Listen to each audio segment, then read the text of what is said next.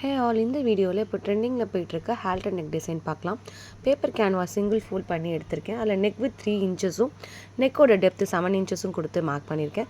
மேலே வந்து நான் 4 இன்ச்சஸ் எக்ஸ்ட்ரா கொடுத்துருக்கேன். அது ஏன்னா அதான் நம்மளுக்கு வந்து ஹால்ட் அண்ட் நெக் காலராக வரப்போகுது. இந்த 4 இன்ச்சஸ் லைனை எக்ஸ்டெண்ட் பண்ணி விட்டுட்டு அதில் 3 இன்ச் நெக் வித் தான் கொடுத்துருக்கோம்.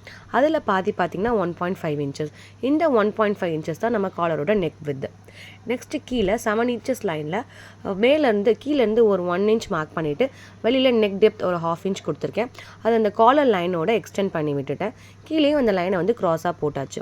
இப்போ ஒரு மூடி எடுத்துகிட்டு அதுக்கு வந்து ஸ்கேலப் நெக் டிசைன் ஒரு 3 ஸ்கேலப் வந்து நான் கொடுக்குறேன். இது மூடியும் கொடுக்கலாம், இல்லை ரவுண்ட் ஃபிகரில் எது இருந்தாலும் நீங்கள் வந்து வச்சு யூஸ் பண்ணி கொடுத்துக்கலாம். நெக்கை மார்க் பண்ணதுக்கப்புறம் அதுக்கு கட்டிங் லைனுக்காக நான் டெப்த்துக்காக ஒரு 1 இன்ச் கொடுத்து அந்த ஷேப்புக்கே நான் மார்க் பண்ணி எடுக்கிறேன். இது ஏன்னா அயனிங் ப்ராசஸ்க்கு இது ஹெல்ப்ஃபுல்லாக இருக்கும். நெக்ஸ்ட் அதை மார்க் பண்ணதுக்கப்புறம் ஸ்கேலை வச்சு ப்ராப்பராக லைன் போட்டுக்கோங்க. லைன் போட்டதுக்கப்புறம் கட் பண்ணி எடுத்துடலாம். கட் பண்ணி எடுத்துகிட்டு நெக்ஸ்ட்டு அதை வந்து ராங் சைடு வச்சு இன்னொரு பக்கம் வந்து நம்ம வரைய போகிறோம். நான் இங்கே கட்டிங் லைனை மட்டும் தான் கட் பண்ணியிருக்கேன். நெக் டெப்த்தை நான் கட் பண்ணலை, ஏன்னா அது அப்போ தான் வந்து கரெக்டாக ஸ்டிச்சிங்க்கு கரெக்டாக வரும். ஓகே, ராங் சைடு வச்சு டேப் பண்ணி எடுத்ததுக்கப்புறம் அந்த டிசைனை ட்ரேஸ் பண்ணி எடுத்துட்டேன். அகெயின் அந்த மூடியை வச்சு நான் வந்து நெக்குக்கு அந்த ஸ்கேலப் நெக் மார்க் பண்ணிட்டேன். நெக்ஸ்ட் இப்போ என்ன பண்ண போகிறோன்னா அதோட சென்டரை நாச் பண்ணிக்கணும். சென்டரை நாச் பண்ணதுக்கப்புறம் அயன் பண்ண போகிறோம். இப்போது நான் குர்த்தி வந்து லைனிங் வச்சு தான் ஸ்டிச் பண்ண போகிறேன். ஸோ அதையும் அந்த ஷேப்புக்கு கட் பண்ணி வச்சுட்டேன். குர்த்தியோட லைனிங்கில் சென்டரை நாச் பண்ணிவிட்டு கரெக்டாக அந்த சென்டரையும் ஒன்றா வர மாதிரி பேப்பர் கேன்வாஷ் வச்சு அயன் பண்ணி எடுத்துக்கோங்க. பேப்பர் கேன்வாஷ் அயன் பண்ணுறதுக்கு கொஞ்சம் டைம் எடுத்துக்கும். நம்ம வந்து இருக்கலே ஹையாக இருக்க காட்டன் ஆப்ஷன் வச்சு நம்ம அயன் பண்ணோன்னா கரெக்டாக இருக்கும். நெக்ஸ்ட் மெயின் கிளாத்தோட ரைட் சைடில் ஓப்பன் பண்ணிவிட்டு அதையும் நாச்சஸ் போட்டுட்டு அது மேலே லைனிங்கை வந்து ப்ளேஸ் பண்ணுறேன். கரெக்டாக ப்ராப்பராக பின் பண்ணிக்கோங்க. அந்த சென்ட்ரும் கரெக்டாக இருக்கிற மாதிரி வச்சா தான் ஃபினிஷிங் பண்ணுறப்போ நம்ம நெக் வந்து கரெக்டாக நம்மளோட சென்ட்ரு போர்ஷனில் வரும். ஸ்டிச்சிங் ஸ்டார்ட் பண்ணிடலாம். மேலேருந்து நான் ரிவர்ஸ் ஸ்டிச் போட்டுட்டு நான் ஸ்டிச் ஸ்டார்ட் பண்ணுறேன். அப்போ தான் வந்து நெக் வந்து பிரித்து கொடுக்காமல் இருக்கும். இப்போது கரெக்டாக அந்த ஸ்கேலப் மேலேருந்து லைன் ஸ்டிச்சஸ் போட்டு வந்து அந்த ஸ்கேலப்பை வந்து கரெக்டாக திருப்பி கொடுக்கணும். கரெக்டாக பொறுமையாக நீங்கள் உருட்டி கூட நீங்கள் தைக்கலாம், ஃபாஸ்ட்டாக தைக்காமல். ஏன்னா நம்மளுக்கு அந்த ஃபினிஷிங் வந்து எண்டிங்கில் கரெக்டாக இருக்கணும். அதே மாதிரி எங்கே ஷார்ப் எட்ஜஸ் போகுது, எங்கே கார்னர்ஸ் வருதோ அந்த கார்னர்ஸ் எல்லாமே ஸ்டிச் பண்ணி ஃபுல்லாக ஸ்டிச் பண்ணி எடுத்துட்டேன். இப்போ ரிவர்ஸ் ஸ்டிச் போட்டும் எடுத்தாச்சு. இப்போ ஒரு 1/4 இன்ச் விட்டு கட் பண்ணி எடுத்துக்கோங்க. அதுக்கு வந்து நம்ம நாச்சஸ் கொடுத்து கட் பண்ணி எடுக்க போகிறோம். நாச்சஸ் வந்து க்ராஸாக கொடுங்க. அதே மாதிரி எல்லா கார்னர்ஸ்க்கும் கரெக்டாக கொடுங்க.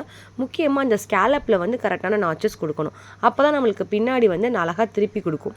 ஓகே, இப்போ வந்து நான் லைனிங்கை வந்து ராங் சைடு வச்சு திருப்பி எடுத்துகிட்டேன். நான் ஒரு அயனும் பண்ணி எடுத்துக்கணும். அப்போ வந்து நெக் வந்து நல்லா நின்று கொடுக்கும் நம்மளுக்கு. எப்போயுமே இந்த மாதிரி ஸ்கேலப் நெக் டிசைன் இந்த மாதிரி பண்ணிங்கன்னா நெக்கை தைச்சிட்டு ஒரு அயனிங் கொடுத்துருங்க. இப்போது நம்ம ஷோல்டர் ஜாயின் பண்ண போகிறோம். பேக் பார்ட்டுக்கு வந்து நான் எந்த நெக் ஷேப்புமே கொடுக்கல. நான் பேக்கோட சென்டரை நாச் பண்ணிவிட்டு ஃப்ரண்ட்டையும் வச்சு நான் வந்து ஷோல்டர் ஜாயின் பண்ண போகிறேன். எல்லாமே ரைட் சைடு வச்சுட்டு ஒரு 1/2 இன்ச்சில் ஷோல்டர்ஸ் மட்டும் நம்ம ஜாயின் பண்ண போகிறோம்.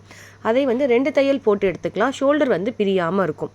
2 பக்கமும் ஸ்டிச் பண்ணதுக்கப்புறம் நம்ம காலர் வந்து அட்டாச் பண்ணோம். நான் 2 சைடுமே வந்து 2 ஸ்டிச் போட்டு ஷோல்டர் ஜாயின் பண்ணி எடுத்துட்டேன்.